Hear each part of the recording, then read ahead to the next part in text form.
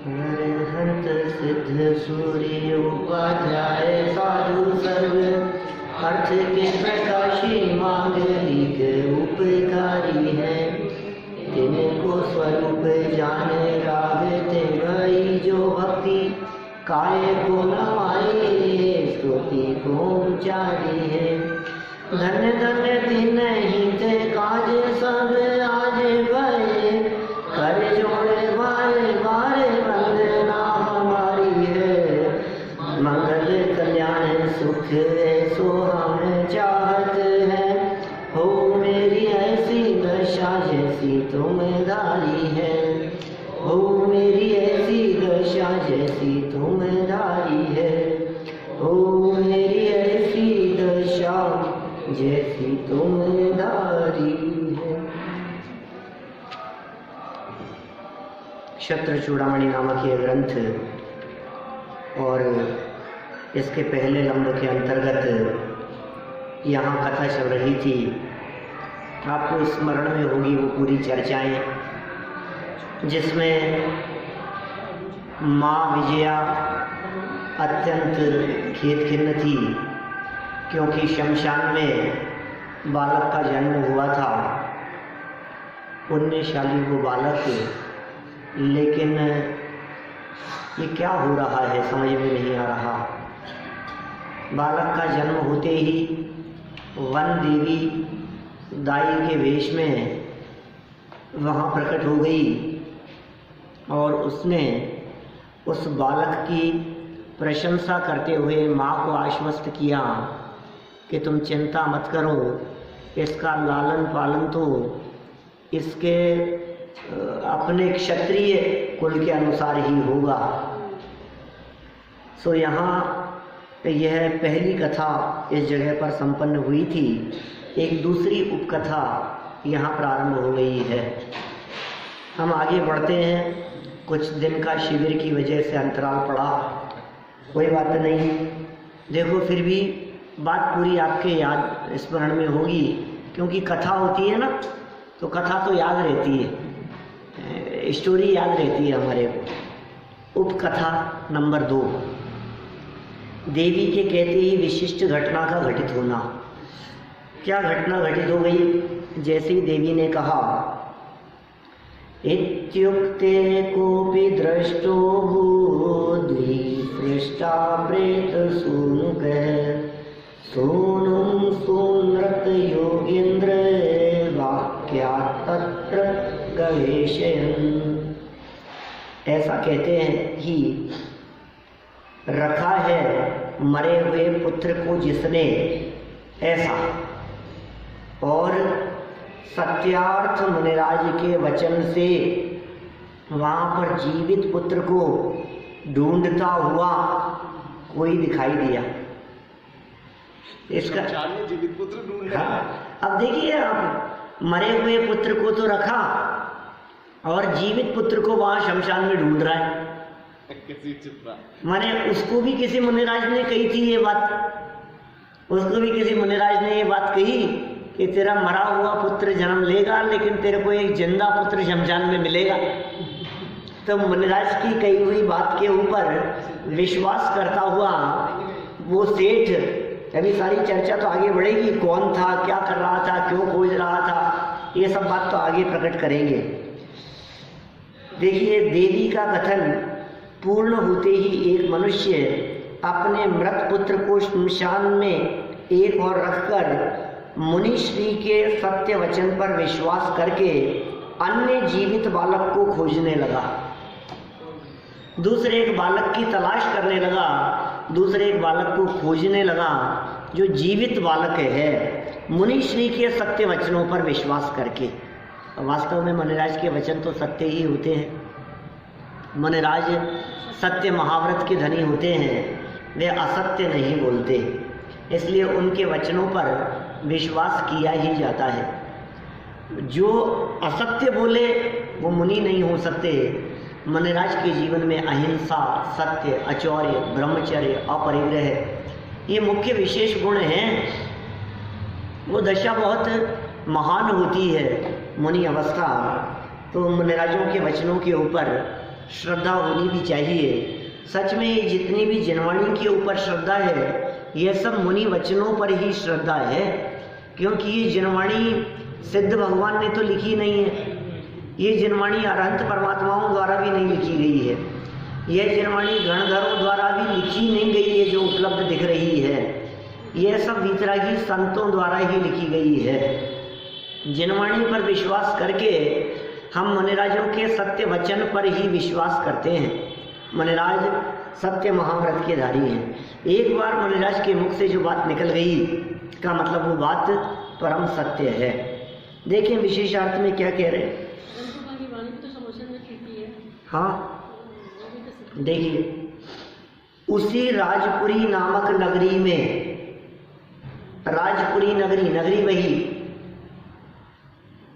नगरी में गंधोत्कट नाम के एक सेठ निवास करते थे।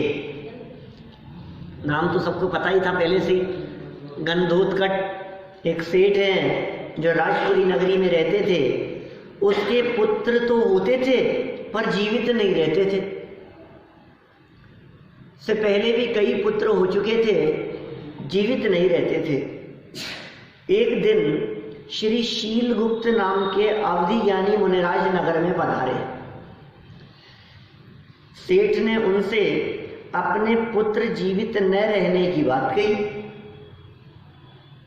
तब मुनिराज ने बताया कि अब जो पुत्र उत्पन्न होगा वह भी तत्काल मर जाएगा, किंतु उसे जब तुम शमशान में ले जाओगे तब तुम्हें वहां तत्काल जन्मा एक बालक मिलेगा। उसे तुम घर ले आना और उसका लालन पालन करना। देखो क्या अवधि ज्ञान से मुनिराज को पता लग गया और उसको बतला दिया। इसके पश्चात तुम्हारे जो पुत्र होंगे वे जीवित रहेंगे। उसको शमशान से लाओगे। देखो भाग्यशाली पुण्यशाली जीव जहाँ निवास करते हैं, जहाँ रहते हैं, वहाँ का वातावरण अपने आप ही अनुकूल हो जाता है। माने जब पुण्य का उदय एक व्यक्ति का विशेष दिखाई दे रहा है तो उसके आसपास में रहने वालों का सबका ही पुण्य का उदय चलने लगता है। ये सहज ही है। इसी तरह का वातावरण सब तरफ माहौल अच्छा हो जाता है। अब जीवन भर जहाँ जहाँ रहेंगे ना वहाँ वहाँ सब अनुकूलताएं दिखाई देगी सबके माहौल में। और जहाँ इसके पाप का उदय थोड़ा दिखाई दिया तो सब दिन ढलने जैसी स्थिति हो जाएगी। देखिए, अतः मुनि वचनानुसार सेठ अपने मृत बालक का अंतिम संस्कार करके नवजात शिशु की खोज कर रहे थे, जिसे रानी विजया ने देख लिया। इसको दाई की बात पे भरोसा हो गया। क्या देवी थी वो, तो ये भी अवधि ज्ञानी थी, देवी को भी अवधि ज्ञान था। अब क्या हो रहा है देखिए आगे।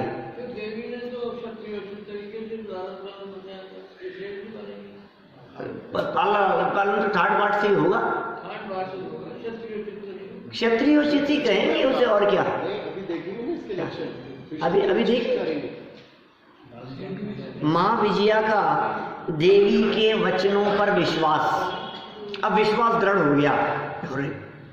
देवी ने, यहाँ तो जंगल में कोई भटकने वाला नहीं दिखाई देता, दूर दूर तक सुनसान है। रात के अंधेरे में यहाँ जंगल शाएं शाएं करता हुआ दिखाई देता है।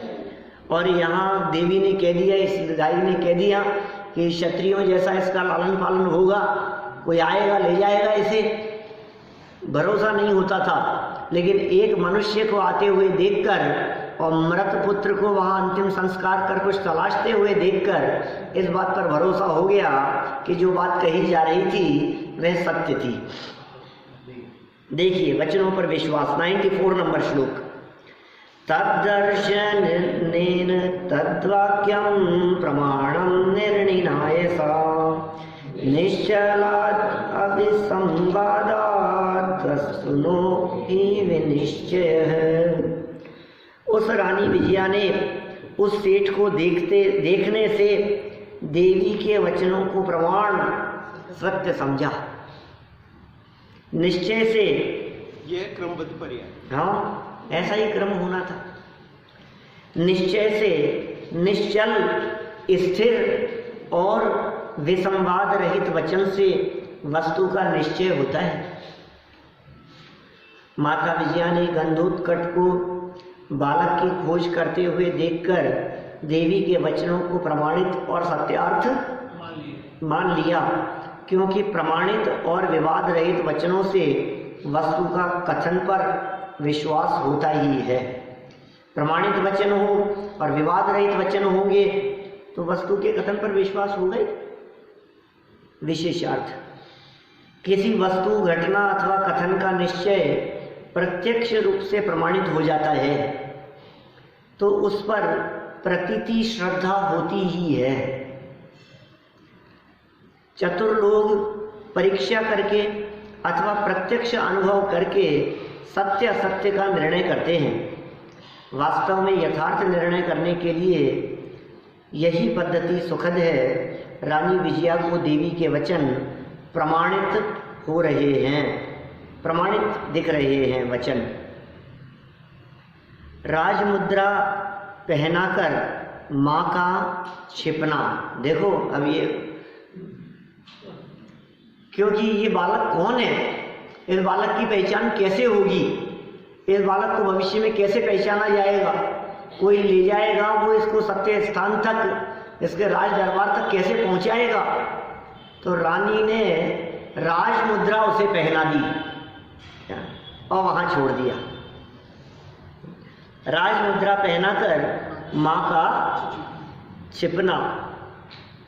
ततो गत्यंतराभावा देवता प्रेरणाच सा पितृय मुद्रयोपेत माशास्यांतर्धात्सुतम्।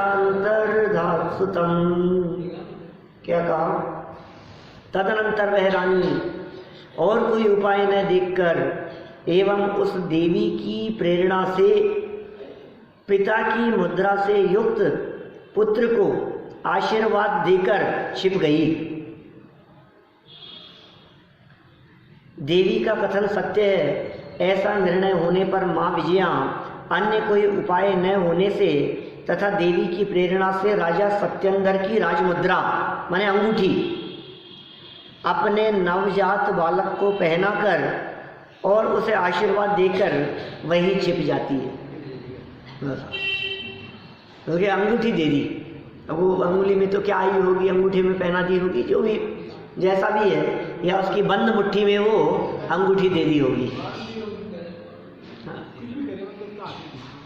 हाथ में भी बांध सकते हैं, छोटे बच्चे की तो बंद मुट्ठी होती है ना, जन्मते बालक की, हाथ खोलना कहाँ भी आता है उसे, तो उसकी बंद मुट्ठी में पकड़ा दी होगी। जो भी हुआ हो, लेकिन देखिए कैसी परिस्थितियां। अब वो जन्मते बालक के पास राजा की अंगूठी राजमुद्रा सहित, कैसा स्वरूप है। जन्म हो रहा है शमशान में, लेकिन देखो कैसा दिखाई देगा उसे। विशेषार्थ, माँ अपने तत्काल प्रसूत पुत्र को परिस्थिति वश जब छोड़ती है तो उसे होने वाले अंतरंग असह्य दुख को वह स्वयं ही जान सकती है, अनुभव कर सकती है। कौन जाने उसके दुख को, आसान थोड़ी न है। जिसको अत्यंत कष्ट पाकर जिस बालक को जन्म दिया है उस बालक को छोड़ देना, बात दूध पीते बच्चे की नहीं है। जिस बालक को जन्म दिया है उसने, जिस बालक के जन्म के लिए 9 महीने इंतजार करती रही है, पुत्र जन्म होगा, पुत्र जन्म होगा, राजपुत्र होगा, उसके प्रति कितना स्नेह है, कितना वात्सल्य, और आज जन्म हुआ और जन्म होते उसे छोड़ देवे, आसान काम नहीं है।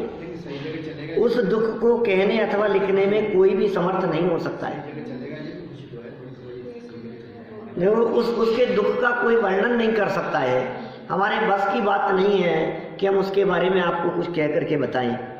देखिए, अपने हृदय पर पत्थर रखकर निरुपाय रानी विजया देवी की प्रेरणा से बालक के हाथ में राजमुद्रा पहनाती है।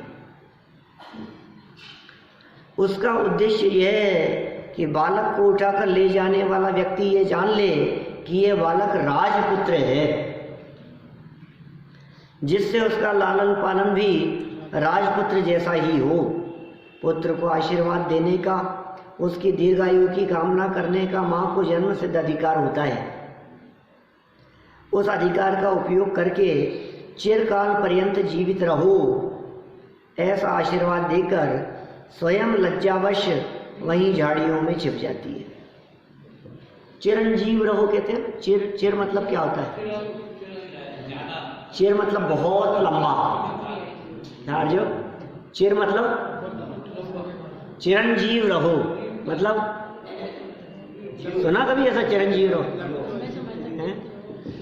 बड़े लोग आशीर्वाद देते हैं चिरंजीव रहो, हैं? आजकल तो पता नहीं है, खुश रहो में बदल गया। अरे खुश रहो में भी बहुत कम हो गया, क्योंकि पाँव छूने वाले बहुत कम हो गए। अब कौन तो पाँव छुए और कौन किसको आशीर्वाद देवे, हैं? क्या समय बहुत बदल गया है। खैर देखिए, चिरकाल पर्यंत जीवित रहो ऐसा आशीर्वाद देकर वो वहीं झाड़ियों के पीछे छिप जाती है। बालक पाकर अत्यधिक प्रसन्न हुआ। कौन? गंधोत्कच सेठ। देखो अभी यहाँ नाम नहीं खुला था, अभी तक मूल श्लोक में नाम नहीं आया था। अभी तक तो नाम सिर्फ विशेषार्थ में व्याख्या करने वालों ने खोला था। श्लोक में तो नाम की चर्चा नहीं आई थी। अब यहाँ कह रहे हैं, गंधोत्कटो पीतम पश्यन्नात्र दृश्यनायक हेदोन्वेषी जनैर्दृष्ट किं वा न प्रीतये मणिः। क्या कह रहे हैं? वैश्यों के प्रमुख, वैश्य व्यापारी वर्ग, सेठ, बनिया, वैश्यों के प्रमुख, ऐसा कहकर के ये सेठ शब्द को इंडिकेट कर दिया आचार्य देव ने यहाँ। ये गंधोत्कच सेठ था, राजपूत नहीं था, क्षत्रिय नहीं था, ब्राह्मण नहीं था। माने यहाँ कह दिया वैश्यों के प्रमुख, मुखिया।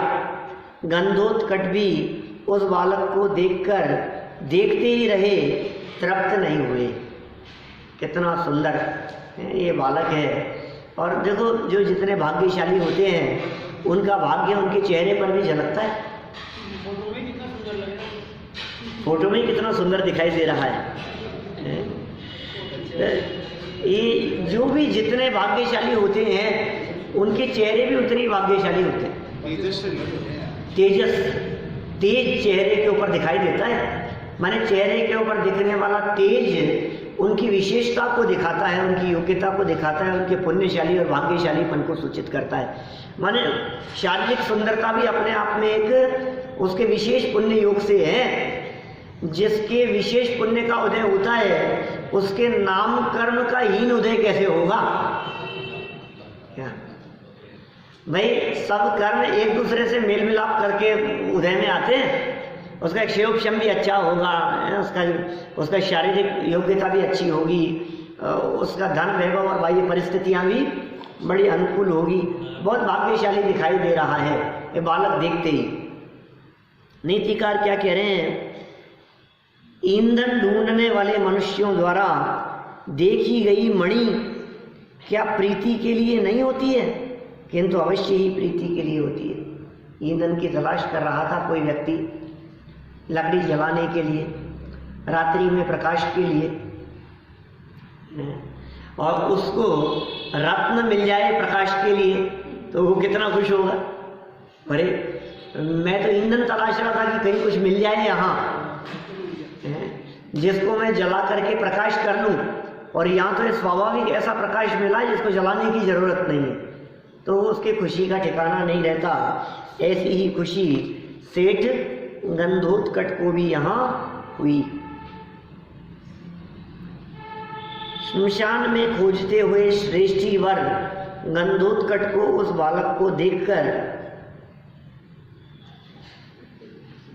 अत्यधिक प्रसन्नता हुई। वे बालक के सौंदर्य को बार बार देखकर भी तृप्त नहीं हो रहे थे। बार बार हाँ, उस बालक के सौंदर्य, और वास्तव में ये कामदेव थे ना। ये तो जीवनधर स्वामी तो कामदेव थे साहब। कामदेव कहते ही उसे हैं जो इस 3 लोक में सबसे सुंदर हो। तो 3 लोक में इतने सुंदर, सर्वाधिक सुंदर, ऐसे सौंदर्य से युक्त उस बालक को देखकर मानो ये मुग्ध हो गए, देखते ही रह गए।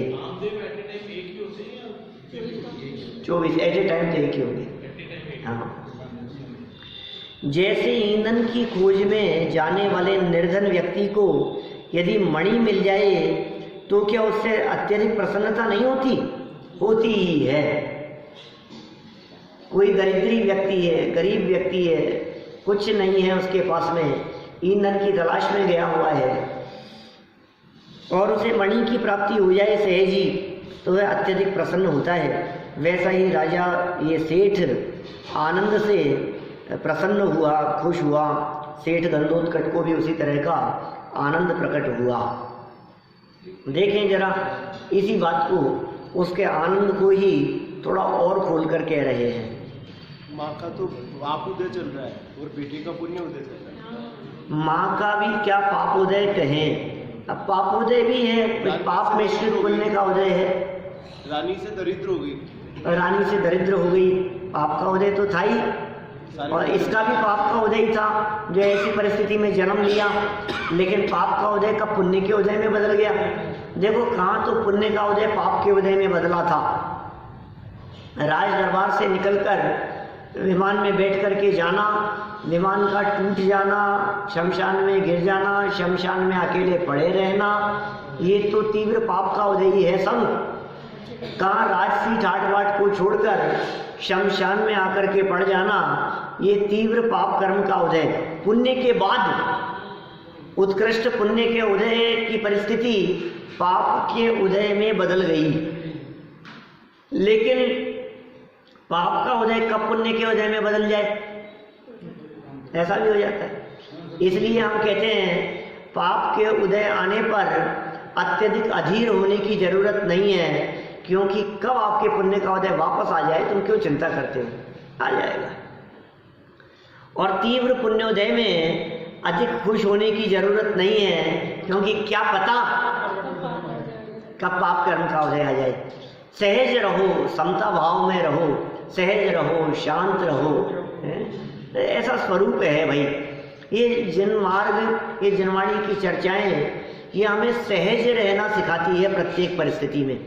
कदम कदम पे आपको ऐसी पंक्तियां मिल जाएगी, होकर सुख में मग्न न फूले, दुख में कभी ना घबरावे, पर्वत नदी शमशान भयानक, अटवी से नहीं, होकर के सुख में फूले नहीं, दुख में कभी घबराए नहीं। मुझे तो मालूम ही नहीं मेरी भावना में क्या चल रहा है आजकल। मेरा तो देखना ही नहीं होता है, मैं रह ही नहीं पाता हूँ। आज फिर आएगा टीवी पर, जिनवाणी चैनल पर 11 बजे। ऐसा माने कि पर्याय उसी कहते हैं जिसका उत्पाद व्यय होता रहता है। हाँ, उत्पाद व्यय तो पर्याय का लक्षण है। ये परिवर्तन तो होगा ही होगा, नियम से होगा ऐसा परिवर्तन। तो देखिए खैर क्या कह रहे हैं यहाँ, कहाँ तक आ गए अपन। उसके दुखों को कहने में कोई भी समर्थ नहीं है, ये हो गया था ना, नहीं इधर। हाँ, बालक को पाकर के वो बहुत प्रसन्न हो गया राजा ये सेठ गंधोत्कच। और अब देखें जरा इसके विशेष अर्थ में क्या कह रहे हैं बात। सेठ गंधोत्कच तो मुनिराज के वचनों पर विश्वास करके शमशान में किसी बालक को इसलिए खोज रहे थे जिससे कि भविष्य में होने वाले अपने बच्चे जीवित रहें। उनको कोई अच्छा बालक मिलेगा कि क्या होगा कि जो उनको तो कोई जो भी मिल जाए, ठीक है यार, मेरे आगे से मेरे बच्चे मरेंगे नहीं। आज तक ये होता रहा है, न मालूम 10-20 बच्चे मर गए होंगे, क्या हुआ होगा, कितने कितने बच्चे मरण को प्राप्त हो गए। तो बालक जीवंदर कुमार तो उनके बच्चों के जीवित रहने का निमित्त बनेगा, इतना सा भरोसा था। उन्हें न सुंदर बच्चा चाहिए था न राजकुमार, उन्हें तो मात्र एक बच्चा चाहिए था। क्या वो तो इसी उम्मीद से आया था कि हमें तो एक बच्चा चाहिए। न सुंदर से मतलब है न राजकुमार से मतलब है। संयोग से सेठ गंधोत्कच को अति सुंदर और वह भी राजपुत्र मिल गया। बच्चे के हाथ की अंगूठी देखकर सेठ को विश्वास हो गया कि ये राजपुत्र ही है। अतः ईंधन के स्थान पर मणि मिलने पर जैसा आनंद निर्धन लकड़हारे को होता है, वैसा ही आनंद सेठ गंधोत्कच को हुआ। हमारे करने से कुछ नहीं होता, उसी प्रकार का आनंद हुआ। जीवन पाप और पुण्य चलाता है। जीवन पाप पुण्य क्या चलाता है? परिस्थितियां जो बनती है वो सारी परिस्थितियां पाप और पुण्य के अनुसार बन रही है। परिस्थितियां कर्म के उदयाधीन है, चाहे मनस्थिति की बात कहो, चाहे अंतरंग पुरुषार्थ की बात कहो, वो पुण्य पाप के अधीन नहीं है। तीव्र पाप के उदय में भी पुरुषार्थ बहुत विशेष हो सकता है। यहाँ पर तो तीनों के पाप पुण्य का चल रहा है। हाँ, पर वही कह रहा हूँ, ये जो परिस्थितियां चल रही है, परिस्थितियां बन रही है, ये सारी परिस्थितियां पापोदय से है। ये सारी परिस्थितियां अनुकूल हो तो पुण्योदय से, प्रतिकूल हो तो पाप के उदय से। माने परिस्थितियों में हमारा बस नहीं चलता, लेकिन परिस्थितियां कैसी भी हो, पुण्य पाप कर्म का उदय, ये जीव दोनों ही प्रकार की परिस्थितियों में अपने स्वभाव का अवलंबन लेकर धर्म कर सकता है। पाप का उदय जीव को धर्म करने से रोकता नहीं है, बल्कि उल्टा है, पाप के उदय में इसको धर्म ज्यादा सूझता है और पुण्य के उदय में जीव को धर्म दिखता नहीं। इसलिए आचार्यों ने कई स्थानों पर, अपने दिगंबर संतों ने पुण्य के ऊपर चोट मारने की बात कही। बोले पाप को तो सारा जगत बुरा समझता है, हर पाप को सारा जगत ही बोलता यह पाप है। योगेंद्र देव की गाथा कह रहा हूँ, योग सार ग्रंथ में लिखी हुई गाथा है, गाथा नंबर 71, 71 नंबर गाथा योग सार ग्रंथ की। क्या लिखा उन्होंने? हर पाप को सारा जगत ही बोलता यह पाप है, पर कोई विरला बुध कहे कि पुण्य भी तो पाप है। बोलो, ये कैसे दिगंबर संतों की, ये क्या वाणी है, ये कैसे लिख देते हैं, ऐसे वचन कैसे लिखे हैं, सैकड़ों वर्षों पहले लिखी हुई ये पंक्तियां। किसी तरह के कोई ऐसे पंथ संप्रदाय नहीं चला करते थे आपके, ये इस पंथ का है, ये इस पंथ का है, ये मुमुक्षु है, ये गैर मुमुक्षु है, ये मुनिपंथी है, ये तारणपंथी है, ये 20पंथी है, ये 13पंथी है, ये ऐसे कोई झगड़े नहीं थे।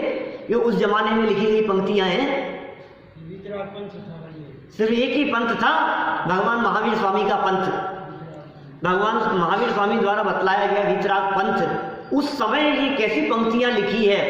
आज भले कितना भी हटागरे करो और एक एक पक्ष को पकड़ करके एकांतवादी हो जाओ, झगड़ा करो, लेकिन सच्चाई तो छिपेगी थोड़ी। सच्चाई है ये।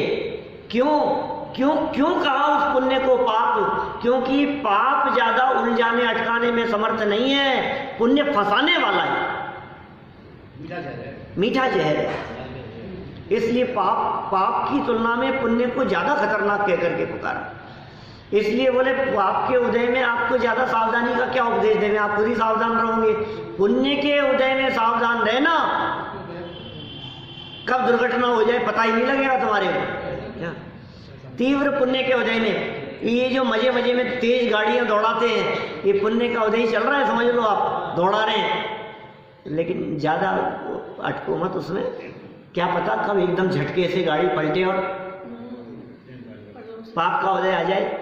पुण्य और पाप दोनों जुड़वा हैं, वो छोड़ते नहीं है एक दूसरे को। पाप के बाद में पुण्य और पुण्य के बाद में पाप का उदय है, ये निरंतर आता ही रहता है। लेकिन सुनो, अभी जब पाप को पुण्य के समान कह दिया तो फिर कहा कि हम क्या करें, फिर हम किसे अपनाएं? बोलो अब बतलाओ। पाप और पुण्य दोनों समान है, अब आपको पाप का उदय चाहिए कि पुण्य का उदय चाहिए? सुनो, जो भी हो ज्ञानियों के जीवन में स्वभाव को देखते हैं। सुनिए, सप्तम नरक में रहने वाले नारकी, 7वें नरक में रहने वाले नारकी, पाप का उदय कि पुण्य का? तीव्र पाप कर्म का उदय। उदय तो पाप का है। पुण्य के उदय से चक्रवर्ती पद पाया, भोगों में मरा नरक के। बोलो कैसे तीव्र पुण्य के उदय से चक्रवर्ती पद मिला था, अब भोगों में मरा। कौन? शुभोम मरा, ब्रह्मदत्त मरा, 2 चक्रवर्ती मरे भोगों में, राजसी ठाट बाट के साथ में, और मर करके कहाँ चले गए? 7वें नरक में। 7वें नरक में, ओहो, कैसी परिस्थिति बन गई उनके साथ में, कहाँ चक्रवर्ती और कहाँ नरक, ठाट बाट भूग रहे थे यहाँ पर। चलो खैर कोई बात नहीं, मुझे तो ये कहना है इस तीव्र पाप कर्म के उदय में भी, सातवें नरक की प्रतिकूल परिस्थितियों में भी जो जीव वहाँ रहकर भी भेद विज्ञान करके अपने स्वभाव का अवलंबन लेते हैं, वे जीव वहाँ भी सम्यक दर्शन की प्राप्ति कर लेते हैं पाप के उदय में। और तीव्र पुण्य के उदय वाले जीव हों, स्वर्गों में ठाट बाट में रहें, और पुण्य का उदय तो तीव्र दिखाई दे रहा है। अब क्या होगा इस पुण्य के उदय का, काम नहीं आएगा ज्यादा लंबे समय तक। ये अभी आया पाप का उदय। तहते चैथावर तन धरे, यों परिवर्तन पूरे करे। छह वाला पहली राग की आखिरी लाइन, तहते चैथावर तन धरे, स्वर्गों में भी था, मर गया, मर करके स्थावर हो गया, एकेंद्रीय हो गया। लो अब क्या करें उस पुण्य का जो पाप में पहुंचा देवे। अरे वो पाप ही भला है जिस पाप के काल में हमें धर्म तो याद आता है, परमात्मा तो याद आते हैं, स्वभाव की तरफ दृष्टि देने की भावना तो जागृत होती है। एक अन्य मतावलंबी कवि ने लिखा है, ताके ऊपर सिल पड़े नाम हृदय से जाए, बलिहारीता पाप की पल पल नाम रटाए। धन्य है वो पाप जो पल पल हमारे को प्रभु स्मरण कराता है। हे भगवान, उठते बैठ, घुटने में दर्द हो ना तो भी उठते बैठते हे भगवान, हे प्रभु, भगवान याद आते हैं। हर तकलीफ में, हर पीड़ा में हे भगवान, हे भगवान, हे भगवान, भगवान याद आते हैं उसको। पुण्य के होने वालों को बतलाओ कितने भगवान को याद करते हैं। तो ये परिस्थितियां अलग है, तो परिस्थितियों से ना देखो, अंतरंग पुरुषार्थ की प्रेरणा देने के लिए ये सारा प्रकरण है। देखिए क्या हुआ, राजपुत्र मिल गया, भाग्यशाली, अत्यंत सुंदर भी मिला और राजपुत्र भी मिला। बच्चे के हाथ की अंगूठी देखकर सेठ को विश्वास हो गया कि ये राजपुत्र ही है। अतः ईंधन के स्थान पर मणि मिलने पर जैसा आनंद निर्धन लकड़हारे को होता है, वैसा ही आनंद सेठ गंधोत्कट को हुआ, वैसा ही आनंद हुआ। बालक का नामकरण। देखिए आगे बढ़ते हैं, पर एक श्लोक और देख लेते हैं फटाफट। हर्ष कंटकितांगोय मादधानस तमंगजम जीवेत्याशीष मार्कण्य तन्नाम संकल्पय। क्या कह रहे हैं, देखिए, हर्ष से रोमांचित है अंग जिसका, ऐसे इसे गंधोत्कट ने उस पुत्र को उठाकर जीव ऐसा आशीर्वाद सुनकर उसका नाम जीवक व जीवनधर रखा। क्या स्वयं नहीं बोला, जीव, जीव निकला उसके मुख से, ऐसा आशीर्वाद सुनाई दिया उसको जीव, और ये जीवक नाम रखा के जीवनधर नाम रखा। देखो और भी कई बातें इस जीवनधर नामकरण से जोड़ी जा सकती है। जैसे समझिए, जिसकी प्राप्ति के पश्चात आगे पुत्र जीवेंगे, जीवन को धारण करने वाले होंगे, वो जीवनधर है। जो मरे हुए पुत्र को देख करके भी जीवित मिला, जीवनधर, माने वो जीवित पने को सूचित करने वाला, उसको धारण कराने वाला। जिसकी प्राप्ति के बाद पुत्र जीवित पने को धारण करें, जीवन, जीवन माने जीवित रहना, धर माने धरना, तो जीवन धर। ऐसे ही वो बोले जीवित मिल गया, जीवक मिल गया है, जीवन धर मिल गया, जीवित पुत्र मिल गया, क्योंकि उसने तो जीवित पुत्र देखा ही नहीं। उसके तो जितने संतानों का जन्म हुआ उसने मृतक पुत्र ही देखा है, मरा हुआ ही देखा है। आज उसे जीवित पुत्र मिल गया तो सहज ही जीव ऐसा निकला, जीवनधर निकला, नाम ही उसका जीवनधर रख दिया उसने। जहाँ लोगों की मृत्यु होती हो वहाँ जीवन मिले। हाँ, जहाँ मृत्यु दिखाई देती हो, जहाँ लाशें दिखाई देती हो, जहाँ डेड बॉडी दिखती हो, वहाँ कोई जीवित दिखे, जिंदा दिखे, जीवन ले, जन्म ले, जन्म लेवे। ये तो बड़ा विचित्र ही संयोग है। खैर देखिए क्या कहते हैं यहाँ सरल अर्थ में, विशेष अर्थ तो लिखा ही नहीं। सेठ गंधोत्कट का समस्त शरीर उस राजपुत्र को उठाते ही अति आनंद से रोमांचित हो रहा था। ओहो, कितना खुश हुआ होगा।